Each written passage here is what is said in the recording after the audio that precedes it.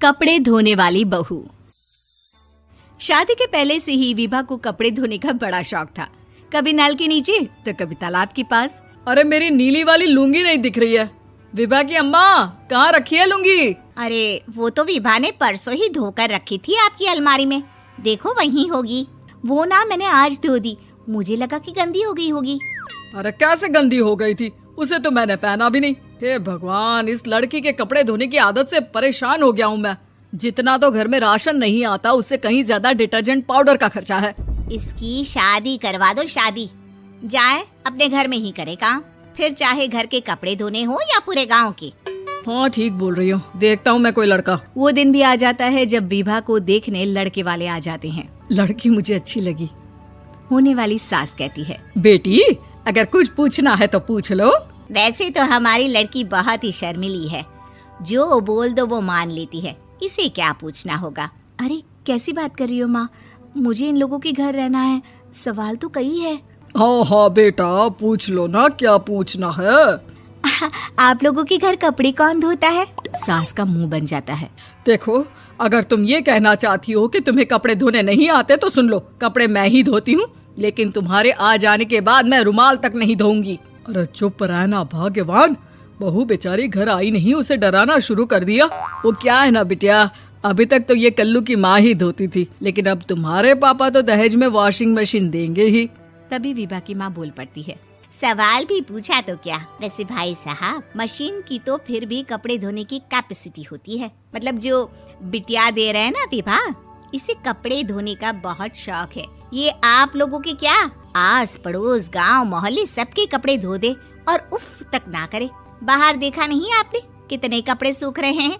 सब हमारी बिटिया ने ही तो धोए हैं। बस भी करो ना माँ, शर्म आ रही इतनी तारीफ सुनकर।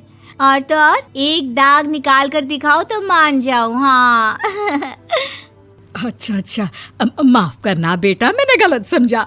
हमें तो रिश्ता बहुत पसंद है। और ऐसे जुड़ जाता है रिश्ता कपड़े धोने का शौक रखने वाली विभा का। उसकी शादी हो जाती है कोयला फैक्ट्री में काम करने वाले कल्लू के साथ। शादी के बाद अचानक विभा चिल्लाती हुई सास के पास आती है। सासू माँ, अरे सासू माँ कहाँ है आप? ये तो धोखा है, धोखा दिया आप लोगों ने मुझे। इसे ससुर के चक्कर के बारे में पता चल गया। अरे तो उसमें तुझे क्यों धोखा मिला है? अरे नल में पानी नहीं आता, कपड़े कैसे कब धुलेंगे? अच्छा, तू पानी नहीं आ रहा उसकी बात कर रही है। तो आपने क्या सोचा? कुछ नहीं। अच्छा हाँ, तेरी माँ ने कहा था कि कपड़े धोने का शौक है तुझे, याद आया मुझे। शौक बोलकर कपड़े धोने वाले मेरे जुनून को कम ना आके सासू माँ, कपड़ा धोना मेरा गुरूर है।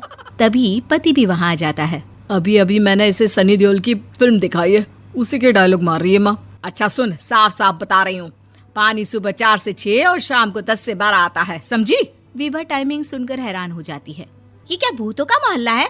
सुबह 4 बजे उठकर कौन कपड़े धोता है? 4 बजे टंकी में पानी जाता है, फिर सारा दिन धोना ना, किसने मना किया? अरे कैसी बात कर रही हैं? 200 लीटर की टंकी में कितने कपड़े धो लूंगी मैं? सुबह ही उठ जाऊंगी मैं। अब क्या था, विभा सुबह 4 से लेकर रात के 12 बजे तक कपड़े ही धोती रहती। एक रोज सास पड़ोस से निकलकर कहीं जा रही होती है कि साथ वाली कहती है, हाँ कल्लू की माँ, जरा ये बताओ कि 2 साड़ी है, 2 ब्लाउज और एक पेटीकोट और एक नाड़े वाला लंबा कच्छा। हाँ तो? अरे तो क्या, कितना लोगी धुलाई ये बताओ। धोबन दिख रहे हैं हम क्या? हमारे पति सरकारी नौकरी से अभी रिटायर हुए हैं और बेटा सुपरवाइजर है कोयला फैक्ट्री में। धोबन समझ रखा है हमें?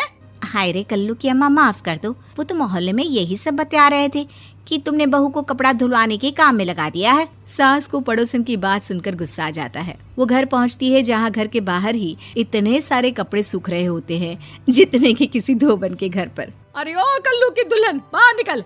माँ जी यहीं आ जाओ, बाथरूम में चादर धो रहे हैं हम। अरे अभी हम धोते हैं, तुमको बाहर निकलो। ये आस पड़ोस वाले बोल रहे हैं कि हम बहू से कपड़े धुलवा कर उसे कपड़ा धोने वाली बना दिए हैं।